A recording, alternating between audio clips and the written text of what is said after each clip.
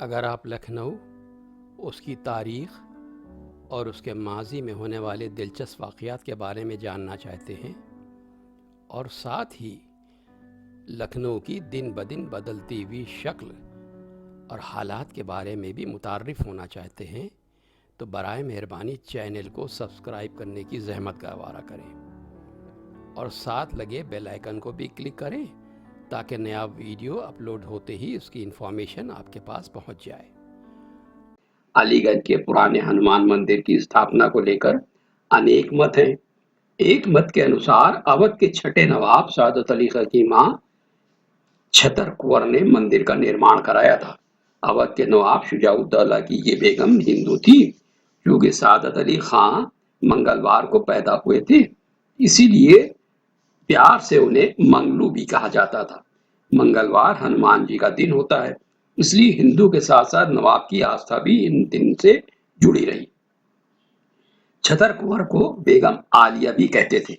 उनकी आस्था की बदौलत मंदिर का निर्माण हुआ। पौराणिक कथा के अनुसार हेवेट पॉलिटेक्निक के पास एक बाग होता था जिसे हनुमान गढ़ी कहते थे, क्योंकि रामायण काल में जब लक्ष्मण और हनुमान सीता माता को वन में छोड़ने के लिए बिठूर ले जा रहे थे, तो रात होने पर वो इसी स्थान पर रुक गए थे। उस दौरान हनुमान जी ने माँ सीता माता की सुरक्षा की थी। बाद में इस्लामिक काल में इसका नाम बदलकर इस्लामबाड़ी कर दिया गया था। कहा जाता है कि एक बार बेगम के सपने में बजरंगबली आए थे। वो सपने में इस बाग में अपनी मूर्ति होने की बात कह रहे थे। अतः बेगम ने लाव लश्कर के साथ इस जगह जमीन को खुदवाया, तो वहां पर प्रतिमा पड़ी पाई गई। इस प्रतिमा को उन्होंने पूरी श्रद्धा के साथ एक सिंहासन पर रखकर हाथी पर रखवाया, ताकि बड़े इमामबाड़े के पास मंदिर बनाकर उस मूर्ति की स्थापना की जा सके। किंतु हाथी जब वर्तमान अलीगंज के मंदिर के पास पहुंचा, तो महाबत की कोशिश के बावजूद आगे बढ़ने के बजाय वहीं बैठ गया। इस घटना को भगवान का अलौकिक संदेश समझा गया। मूर्ति की स्थापना इसी स्थान पर होनी चाहिए, अतः मंदिर का निर्माण इसी स्थान पर सरकारी खजाने से करा दिया गया और इस पूरे इलाके को बेगम आलिया ने अलीगंज का नाम देकर मशहूर कर दिया। एक दौर जो गुज़रा है उसमें लखनऊ वालों की रोज़मर्रा की ज़िंदगी में बहुत सी बातें जैसे बदअखलाक़ी, बदतहज़ीबी, बदतमीज़ी और बेहूदगी वगैरह मायूब समझी जाती थीं। उसी तरह घर के बाहर सड़क पर खड़े होकर खाने पीने को भी बहुत ही मायूब समझा जाता था। सबसे पहले जब शुरू करते हैं तो कपूरथला के मेन चौराहे से अलीगंज की तरफ जाने के लिए चलना शुरू करते हैं तो दाहिने हाथ को कपूरथला चौराहे पर एक मस्जिद वाक़ है, जिसके इसी मस्जिद में लखनऊ की एक बहुत पुरानी बेकरी जो कि बर्मा बिस्कुट कंपनी के नाम से मशहूर है, ये बहुत क़दीमी और बहुत अहमियत की मालिक है।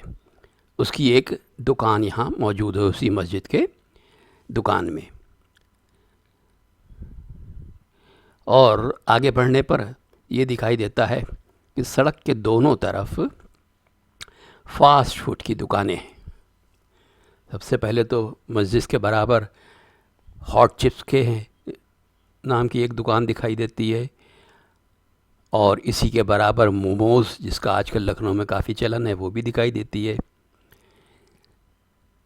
थोड़ा सा और आगे चलते हैं तो बाएं हाथ को हमको आइसक्रीम वाले, चाट वाले और आंगन नाम का एक कैफ़े दिखाई देता है। इस मकाम पे काफ़ी भीड़ होती है। इसी से थोड़ा आगे पढ़ने पर बाएं हाथ को एक पतली सी गली मुड़ी है, इसमें देवा फूड कॉर्नर के नाम से एक रेस्टोरेंट है जिसमें वेजिटेबल कबाब और पराठे काफ़ी मशहूर हैं और बहुत पॉपुलर हैं। और देख सकते हैं कि यहाँ पर पराठे तैयार किए जा रहे हैं और कबाब बने हुए रखे हैं। इसका रोल बनाकर वहीं पर खड़े होकर ही लोग खाते हैं और कुछ लोग लेकर भी जाते हैं।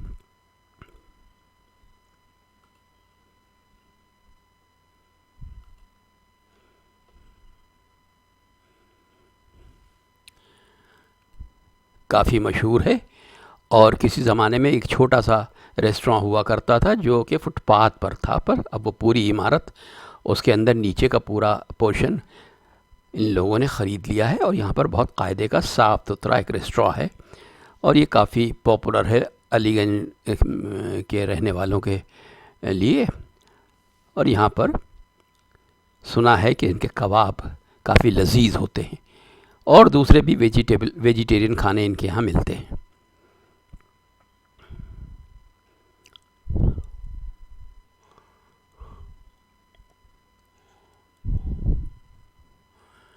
पूरी अलीगंज की इस रोड पे तरह तरह के ब्रांडेड स्टोर्स हैं, रेडीमेड गारमेंट्स के, इलेक्ट्रॉनिक्स के और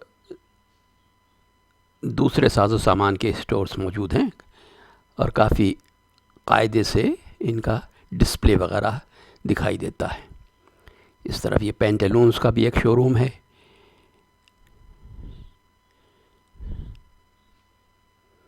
और उसी के बराबर पिज़्ज़ा डाइन दिखाई दे रहा है। यहाँ पिज़्ज़ा के बारे में ये कहा जाता है कि यहाँ का पिज़्ज़ा काफ़ी अच्छा होता है। ग़रज़ ये कि ये पूरी सड़क अब एक तरीक़े से मुख्तलिफ़ किस्म के रेस्टोरेंट, फ़ास्ट फूड के जॉइंट्स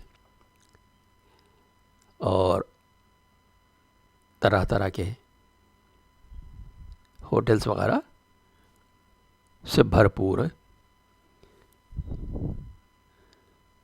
लोगों में काफ़ी शौक़ और दिलचस्पी दिखाई देती है यहाँ पर।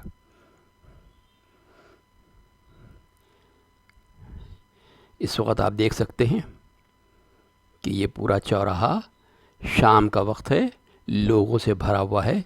दोनों तरफ लोग तरह तरह के साजो सामान, तरह तरह के खाने की चीज़ें खा रहे हैं और ये आंगन कैफ़े दिख रहा है, ये भरा रहता है और यहाँ पर लोग बैठकर काफ़ी लुत्फ़अंदोज़ होते हैं। इसी के बराबर में 2-3 मेकशिफ्ट, जिसे यहाँ लखनऊ में गुमटी का नाम दिया गया है, लेकिन वो गुमटी कायदे की होती है। चाय मिलती है और आइसक्रीम भी मिलती है। और अगर थोड़ा सा आगे बढ़ते हैं तो हम ये देखते हैं कि कुछ नई चीज़ यहाँ पर खाने के लिए बहुत पॉपुलर है और वो होते हैं भुने हुए आलू। आलू को तेज़ गरम बालू में भून कर और उसको फिर छील कर लोगों को दिया जाता है, तरह तरह के मसाले डालकर, और इसको बहुत शौक़ से खाते हैं लोग। ये इस वक्त ये कारीगर इन्हीं आलूओं को निकाल कर काट रहा है और लोगों को पेश कर रहा है खाने के लिए।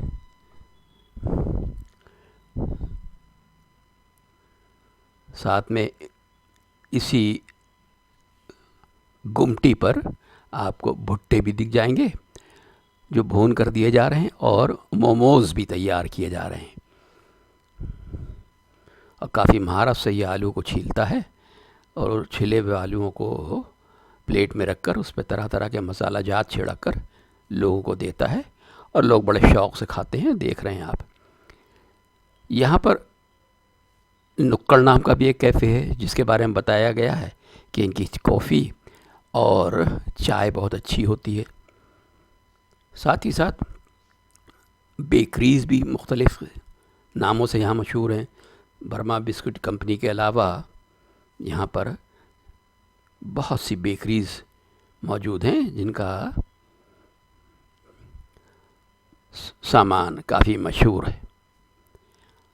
एक ख़ास चीज़ जो लखनऊ में बहुत पसंद की जाती है वो होती है बर्फ़ की चुस्की या बर्फ़ का गोला, जिसमें बर्फ़ को इस तरीक़े से पहले बुरादे में बदला जाता है। ये आप देख सकते हैं यहाँ पर, इस मशीन से उसको छील कर बुरादा बनाया जाता है, फिर गिलास में रख के तरह तरह के शरबत और नींबू वगैरह डालकर लोगों को दिया जाता है। ये बहुत पॉपुलर है, बहुत अच्छा है और बच्चों को ख़ास तरीके से बहुत पसंद आता है।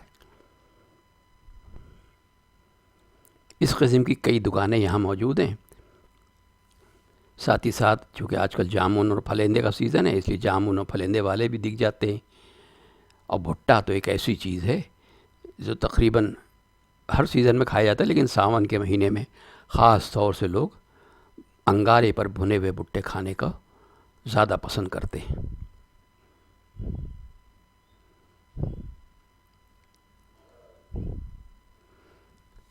बच्चों के लिए यहाँ पर काफ़ी साजो सामान, खिलौने, गुब्बारे वगैरह भी मिल जाते हैं।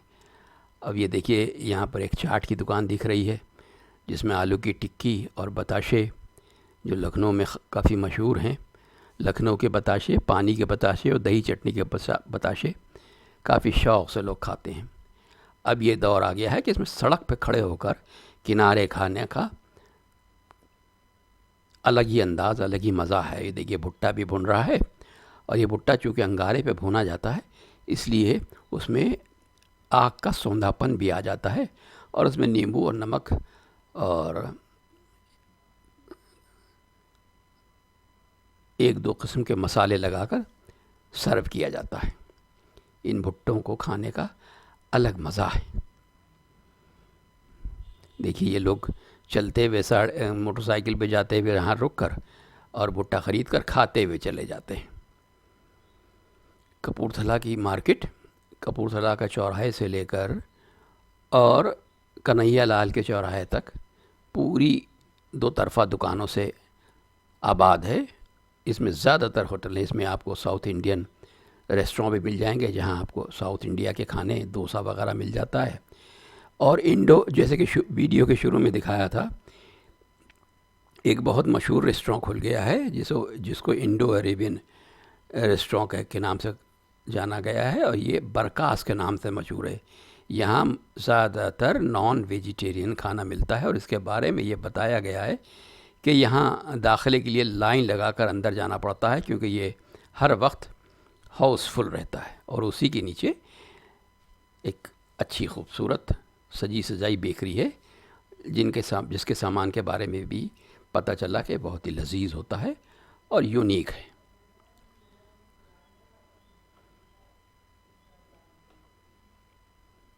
एल्डिको की मार्केट बाईं तरफ है। इसमें भी तरह तरह के ब्रांडेड स्टोर्स हैं, और यहाँ पर आपको नारियल भी मिल जाएगा, खुबानी भी ताज़ी आ गई है वो भी मिल रही है, और जामुन भी दिखाई दे रहा है।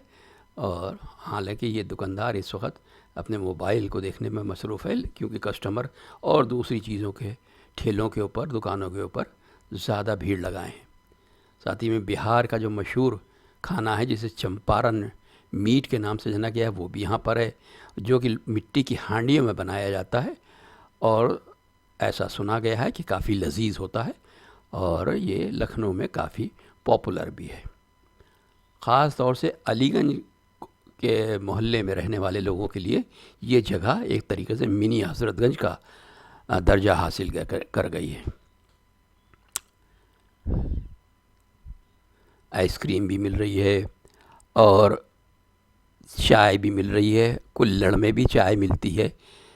कुल्हड़, जिसे पहले उर्दू में कूज़ा कहा जाता था, जो बिगड़ते बिगड़ते कुल्हड़ फिर अब कुज्जा हो गया है। इस कुल्हड़ की ख़ास बात यह है कि इसको जब धोकर इसमें चाय दी जाती है तो चाय काफ़ी सौंधी हो जाती है, क्योंकि मिट्टी का सौंधापन इसमें शामिल हो जाता है। एक आध दुकानें तंदूरी चाय की भी हैं।